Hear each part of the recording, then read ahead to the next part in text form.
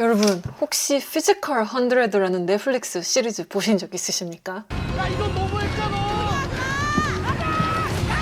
저랑 만두씨는 되게 재밌게 봤거든요. 리얼리티 쇼 보면 그런 생각 하잖아요. 내가 저기 나가면 어떨까. 그러면 여러분들이 그러시겠죠. 아이 돌콩님 그래도 거기 나오시는 분들은 너무 넘사벽이에요. 저도 그렇게 생각합니다. 제가 만약 거기에 나가서 참가자분과 1대1 레슬링을 한다라고 생각을 하면은 시합에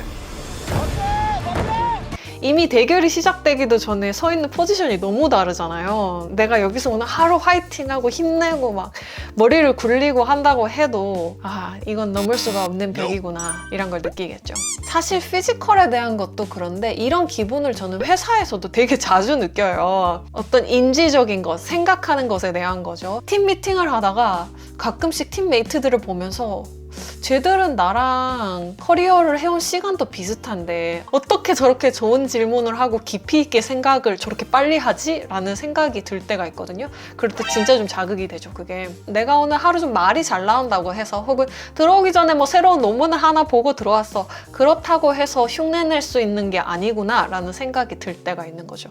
넘사벽. 도대체 이 넘사벽은 어디에서 비롯되는가에 관한 이야기를 오늘 하고 싶습니다. 근데 이 레벨의 차이 혹은 포지션 사이의 간극을 생각할 때 그 사람이 지금껏 어떤 삶을 살아왔는지 그 궤적을 보게 되잖아요. 오랜 시간 매일매일 부지런히 읽고 쓰고 피지컬 100에 나오는 분들도 그렇겠죠. 정말 오랜 시간 동안 열심히 훈련하고 트레이닝을 하고 하니까 그 체력, 그 피지컬을 갖게 되신 거잖아요. 그 긴 시간 동안 내가 무엇을 했는지가 내 안에 정직하게 쌓이는 거죠. 근데 나는 그 똑같은 시간 동안 다른 걸로 삶을 많이 채웠어. 아, 오늘 점심은 뭐 먹을까? 요즘 연예계에서는 누가 사귀나? 넷플릭스에서는 또 시간 죽이기 좋은 쇼가 올라오지 않았을까? 그러다가 삶에서 굉장히 중요한 순간, 레슬링처럼 삶에서 대결을 해야 되는 순간이 온다거나 아니면 중요한 결정을 해야 돼. 굉장히 비판적으로 내가 가진 옵션들을 평가를 해봐야 돼. 물론 그 순간에 내가 무엇을 하는지도 중요하지만 사실 그 순간의 성패는 상당 부분 내가 어떤 삶을 그간 오랫동안 살아왔는가에 따라서 결정이 된다라는 생각이 드는 거예요. 그렇다면 진짜 질문은 이거죠. 나는 어떻게 여기에서 저기로 건너갈 수 있는가? 포지셔닝이라고도 할 수 있을 것 같아서 이 분야의 진짜 전문가이신 셰인 페리시 선생님을 이왕 이렇게 된 거 직접 모셨습니다. 누구보다 깊이 또 명확하게 생각하고 중요한 결정의 순간이 왔을 때 자신 있게 또 좋은 결정을 하려면 그 생각과 결정의 순간이 닥치기 전에 우리는 무엇을 해서 스스로를 그 좋은 포지션에 올려놓을 수 있는가에 관한 이야기를 나눴습니다. 셰인 페리시 선생님과의 마스터클래스 재미있게 봐주셨으면 좋겠네요.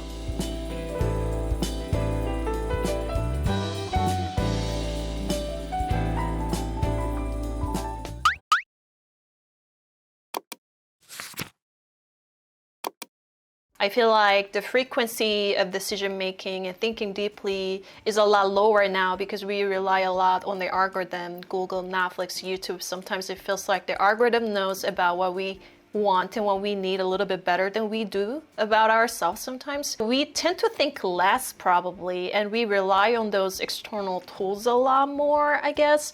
But I wonder why you think the thinking skill, especially thinking clearly, and also decision-making skills is still super important for us to improve. I think it's even more important than ever in an era where everybody is prone to outsource their thinking or their opinions to AI or even newspapers. I think it's really important to have an area where you're an expert, where you try to master a craft, where you try to actually get in the details and you learn the nuances. And I think it's really important not just to think about the moment that you're thinking. I think we have to, like we talk about this in the book with positioning. So it's sort of like before you even get to a moment or a circumstance or a judgment, you have to think about like what's going in your head. One of the things that a lot of people don't do is sort of audit their social media. They don't think about the information that they're consuming, but the information that you're putting into your head is sort of the seed of future thoughts. If you want to have high quality information, you have to actually filter that information. And those are things you can do today that have nothing to do with the moment of decision or the moment where you're thinking. It's sort of like, what are we doing beforehand to put ourselves in a good position? And AI is definitely going to be helpful to some people, but I can guarantee you there's always going to be a market for value and a market for insight. And if the baseline for insight, if the baseline for your insight is AI, you are in a lot of trouble. Because why would I hire you if you're just outsourcing your thinking to AI? Where's your judgment, right? So what areas are you going to pick where you can exercise judgment and be like, no, the machine is wrong? And the only areas where you can actually say that right now are the areas where you are an expert. So it is important to go deep in these places. Absolutely agree. The problem that I'm having is I'm kind of aware of that thing. I should think myself and I need that cognitive confidence and that capability. But I think it's really easier to get lazy cognitively because thinking is hard, but using the AI is a lot easier and then they give it as immediate answer and it feels a lot more comfortable. What do you do to stay cognitively confident and active? Do you make intentional effort? Well, one of the things that I do that I find really helpful is writing. So if we think about how we actually learn, we learn sort of through experience. We interact with somebody, we have a physical experience where we do something, we read, we have a conversation. All of these are inputs into our brain. Those inputs in my mind are an experience. And then we reflect on that experience, and the reflection is actually how we learn from the experience. And what do we do with the reflection? We compress all of this knowledge, this 45-minute interview, we compress it into 3 or 4 things that we take away from it. We compress it into knowledge that works for us. But we can uncompress it because we have done the work to compress it. And it's that compression that then becomes our actions. We have this loop of learning. We go experience, reflection, compression, or abstraction, however you want to think of that, to action. And that creates a big loop of learning. We can use AI, and then if we're reflecting on what we're using with AI, we're actually learning as well as using it. And so there's definitely areas where AI has an advantage over us, and it's smarter than us. And for each of us, that's probably a very different area. But what we can do is sort of like use that, think about it, reflect on it. There's a reason that journaling is so popular amongst the people who do great things like Einstein. And, you go back in the day and Darwin did this too. Darwin specifically kept a list of all the things that disconfirmed with his beliefs, but he was always writing, he was always note-taking, he was always trying to figure things out. And the way that he was doing that was pen and paper. And that's something that we've sort of lost today. And I think writing is incredibly powerful. We don't teach it enough in schools because writing is really the art at which we figure out what we don't know. And it's the way in which we come up with new ideas. It's writing about those ideas, taking those invisible thoughts out of our head and putting them on paper. And all of a sudden, when we do that, we're like, oh, that doesn't make sense. I need to go figure this out. We also come up with new ideas where we see these new connections because writing slows your brain down just a little bit and it forces you to reflect. So writing is also a forced way to think. Smartest people that I know, they're good writer. I know which one is first because they think much, they write better, or they write much and they think better, or it's a cycle. I don't know. Well, it's very hard to get somebody who writes clearly who thinks poorly. Right. And so what's happening now is a lot of people are sort of like outsourcing their writing to AI, which I think is actually a bigger worry than sort of augmenting your intelligence with AI. Do you think to write or do you write to think? I write to think. Yeah. So okay. I use writing as a tool for thinking. It slows me down. It forces me to put ideas on paper, and it forces me to give up some of my ideas, right? That doesn't make sense. I'm going to cross that out. And my process is usually, not always, but usually I'll write on paper first, and then I'll translate that into the computer because I find I can type really fast, but it's the act of writing. I jot down the key points that I want to cover, and it's that act of physically writing that adds a lot of value, forced reflection. And one thing that I've found incredibly helpful for decision making, we talk about this in the book, is sort of writing out your decision in either a paragraph or a page, almost like writing a memo to yourself. here's the circumstances that I face. Here's what I think is going to happen and why. Here are the variables that matter, whatever information you deem relevant.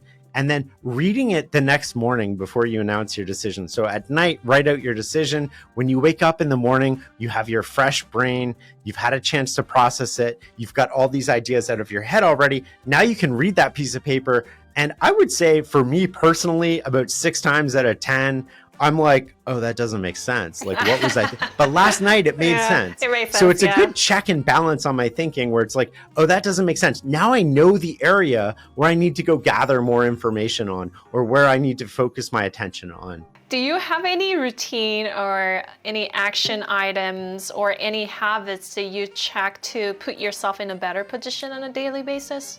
Oh, totally. Yeah. So like I have a concept we talk about in the book is called automatic rules for success. And I got this idea from Daniel Kahneman when I was, may he rest in peace. I mean, he just passed away. He was a huge influence on me and I was fortunate enough to spend a lot of time with him.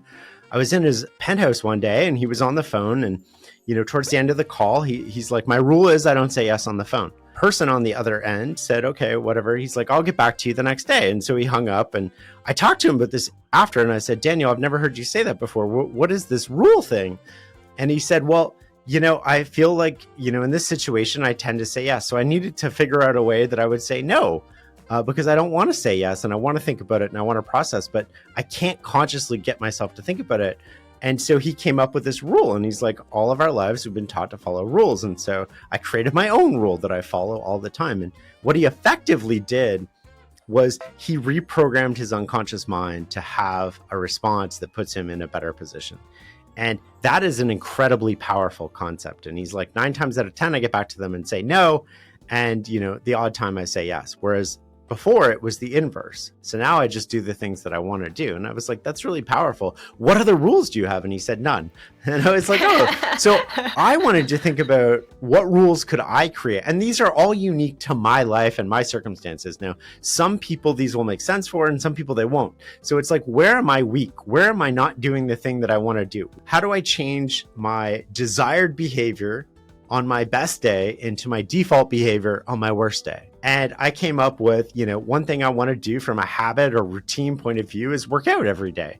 So I do a workout every day because I found that, for me personally, going 3 days a week is actually harder than going every day. When I go 3 days a week, it becomes a negotiation with myself. I didn't sleep well. I got a lot of meetings today. I have a lot on the go. You sort of start going, you know what, I'll do extra tomorrow. And then tomorrow comes around, you're feeling the exact same way and you're not doing the thing that you want to do.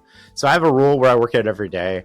I have another rule or I guess ritual, which is like, I have no meetings until 12 with very few exceptions. So my whole morning is blocked off every day. And that allows me to work on the most important opportunity at the time. Now, a lot of people listening to this will probably be like, that's nice. You work for yourself, you can block off the morning. I can tell you, I've been doing this since 2003 when I worked for somebody else. And what I would do is I would just slowly, incrementally increase this. And when I started, I had to look out in my calendar 6 months. And then I found a window where I was like, I can block off from 9 to 9:30 every day. And so I blocked off 9 to 9:30 and I had to wait 6 months for that window to roll around. But I finally had a half hour because I don't know about anybody listening, but for me, I found I had to go in early or stay late to actually do work because during the day it gets consumed with like busy work and, performatory work and meetings that are, less valuable than they could be. And at the time I couldn't really get out of them. But what I could do is control this small chunk of time. Now, gradually I increased that chunk of time to 2 hours every morning, even when I was working for somebody else. And that allowed me to do my job in that window of time without always staying late or going in early. What's the biggest opportunity in front of us? Not the biggest problem, because problems, tend to consume all your other time anyway. What is the biggest opportunity? Is it me learning something new that I can apply at work? Is it me trying to create something new that I think is going to be valuable? And I think we don't do enough of that. So I have this rule where I just have no meetings till 12. Another thing that I do is sort of I invest in an index fund every month. I just, the path to wealth creation is pretty, at least historically, has been to invest in index funds unless you're smart money. I'm not smart money. In a lot of cases where I feel like I have an edge, I'll make a bet on a particular company or investment, but my default is I don't have an edge. I'm competing against people who might have insights that I don't have, and I know the path to wealth is patience and an index fund. And so I have this saying that a lack of patience changes the outcome. And I think it's really important to remember that. And so I know this works, but I have to remind myself to do it. So I have a calendar reminder every month that pops up and says to do it, which is another sort of ritual, I guess, in terms of an automatic rule that I have. I think having the rule is a brilliant idea. You don't have to negotiate yourself, and it just saves a lot of energy, I think. And also, it's a lot easier to turn down other people's favor with the rule, because if I say like, this is my rule and I just generally do this, then they don't take that personally, so I don't feel as bad. I can reject. Totally. So So it's really interesting, right? After you create a rule for yourself, and I recommend sort of no more than 5, and just pick 5 to work on at a time, it becomes unconscious in your mind after you've used it a few times. The interesting thing that I never expected was other people don't push back against your rules. They might the first time, but they don't the second time. So if you're out for, say you want to eat healthy and you're going out for a work celebration.